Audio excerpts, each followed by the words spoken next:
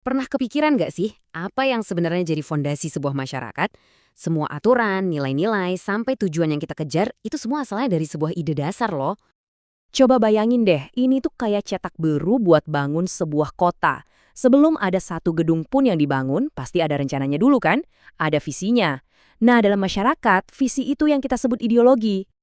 Nah, ini dia pertanyaannya. Soalnya, ideologi yang beda itu nawarin visi yang bisa jadi, ya, sama sekali nggak sama tentang gimana seharusnya kita menjalani hidup. Jadi, gimana sih ketiga ideologi besar ini kalau dibandingin? Kita bakal lihat bagaimana sebuah sumber materi membedah ketiganya, poin demi poin, langsung dari analisis yang disajikan di dalamnya. Oke, kita mulai dari yang paling mendasar, fondasinya. Dari mana sih masing-masing sistem ini ngambil kebenarannya? Ini nih pertanyaan intinya, yang jawabannya bakal nentuin semua hal yang dibangun di atasnya. Nah, yang menarik banget di sini, dokumen ini langsung memetakan perbedaan utamanya. Di satu sisi, ada Islam yang sumbernya dari wahyu Tuhan. Di sisi lain, ada kapitalisme dan sosialisme, yang menurut dokumen ini, dua-duanya sama-sama bersandar pada akal manusia, yang dianggap punya keterbatasan.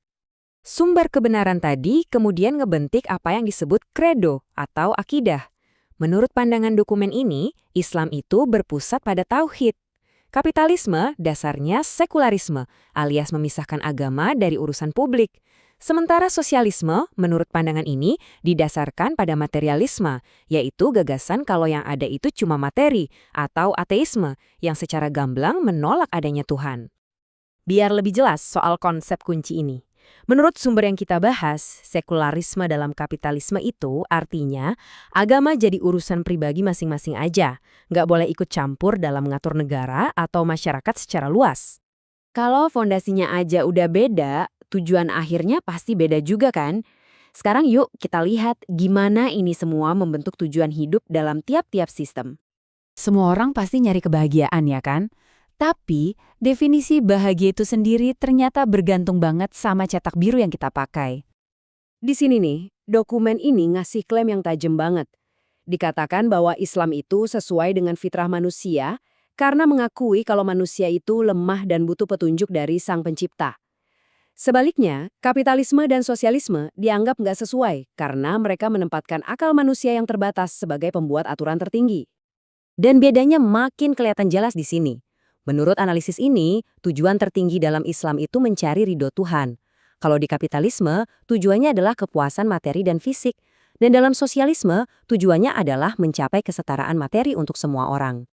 Visual ini nunjukin kontrasnya dengan pas banget. Di satu sisi, ada tujuan yang sifatnya spiritual, melampaui dunia. Di sisi lain, tujuannya fokus pada hal-hal yang bisa diukur secara fisik dan material di dunia ini aja. Oke, sekarang kita pindah ke bagian terakhir yang paling praktis. Gimana fondasi dan tujuan tadi diterjemahkan jadi sistem kekuasaan dan hukum? Ini pertanyaan soal kedaulatan. Siapa atau apa yang punya otoritas paling tinggi buat nentuin mana yang benar dan salah dalam sebuah masyarakat? Menurut dokumen ini, sumber hukumnya beda banget. Buat Islam, hukum itu datangnya dari wahyu, yaitu Al-Quran dan Sunnah. Buat kapitalisme, hukum itu produk dari akal manusia. Nah, kalau sosialisme, pandangan dalam dokumen ini bilang kalau hukum itu pada dasarnya ditentukan oleh ekonomi. Siapa yang ngendaliin sumber daya dan alat produksi di masyarakat? Hal ini kemudian nentuin siapa yang megang kuasa legislasi tertinggi. Dalam pandangan Islam yang disajikan di sini, yang bikin hukum itu Tuhan, manusia cuma pelaksana. Sementara di kapitalisme dan sosialisme, manusialah yang jadi legislatornya, entah itu atas dasar untung rugi atau atas dasar tolok ukur materi. Baiklah, mari kita tarik benang merahnya dan lihat rangkuman akhir dari perbandingan dalam dokumen ini. Dokumen ini juga menyoroti dua area penting lainnya.